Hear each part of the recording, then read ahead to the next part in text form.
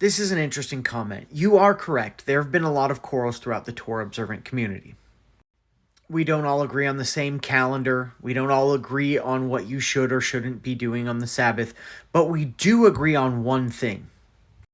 If you put your faith in Yeshua HaMashiach, Jesus Christ of Nazareth, and you do your best to be obedient to the commandments of the Most High God, then we are family. And families argue sometimes. That's just how it goes.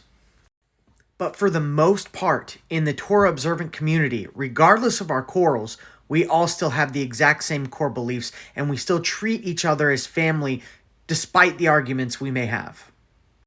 It's also kind of ironic when people come and point out that we are quarreling and can't agree.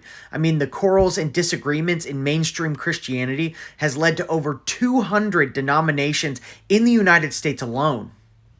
Some people say there's as many as 45,000 different Christian denominations throughout the world.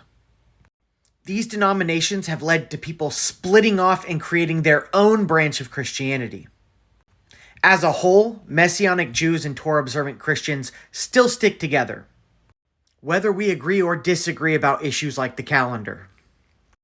As a whole, most of us believe in doing your best to walk out the commandments of God. Now, that looks different to some people.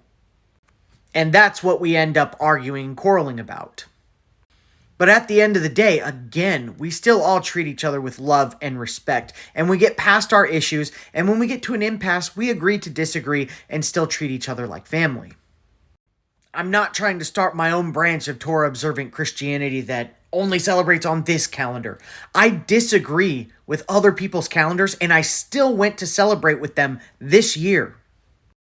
Most of us, regardless of our quarreling, have been able to get past our differences. Which I hate to say is a lot more than mainstream Christianity has been able to do when they have doctrinal differences.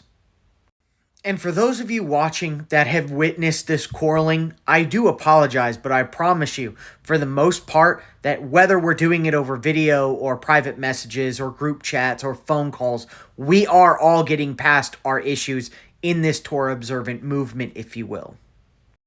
And I pray that none of you have been off-put by this because, again, families quarrel sometimes, but we all agree that we're family. Whether your roots are in Judaism or Christianity, doesn't matter. We all agree that you should have faith in Jesus and obey the Most High God as best as we can.